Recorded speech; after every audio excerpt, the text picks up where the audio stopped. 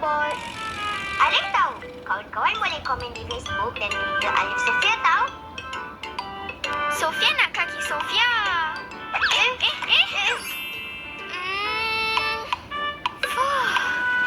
Okey, temui Alif dan Sofia setiap hari Jumaat di YouTube ya.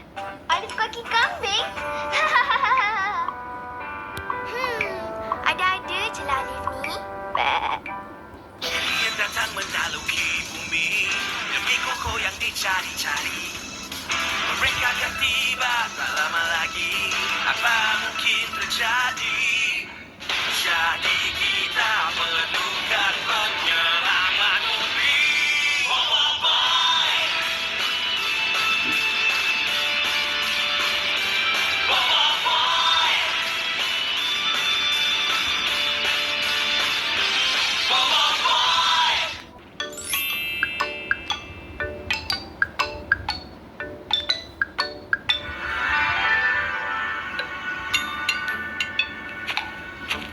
Hiya.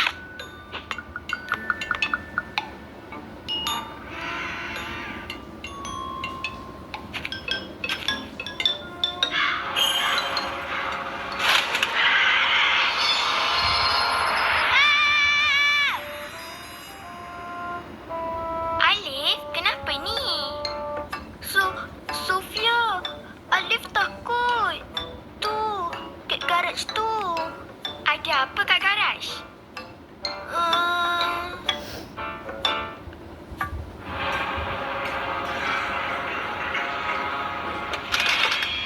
Papa? Ha, iyalah. Papa lah ni. Ada apa ni? Bola Alif ada kat dalam tu. Tapi Alif takut nak masuk ambil. Takut apa? Takut raksasa. Papa, kat dalam garaj tu ada raksasa ke? Alif ni, mana ada raksasa? Kalau ada pun, tunggu dengan sepanah Papa je lah. Betul tu Sofia. Alif, tak elok fikir yang bukan-bukan. Kita kena selalu fikir benda yang baik-baik je. Ha, Sofia tahu.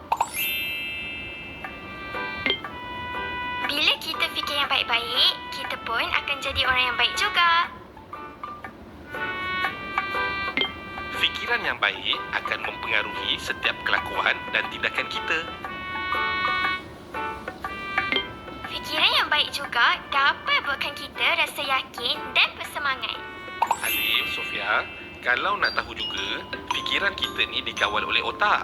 Kita dapat fikir yang baik dan buruk dengannya. Alif tahu. Okey, tak ada raksasa. Jangan fikir bukan-bukan.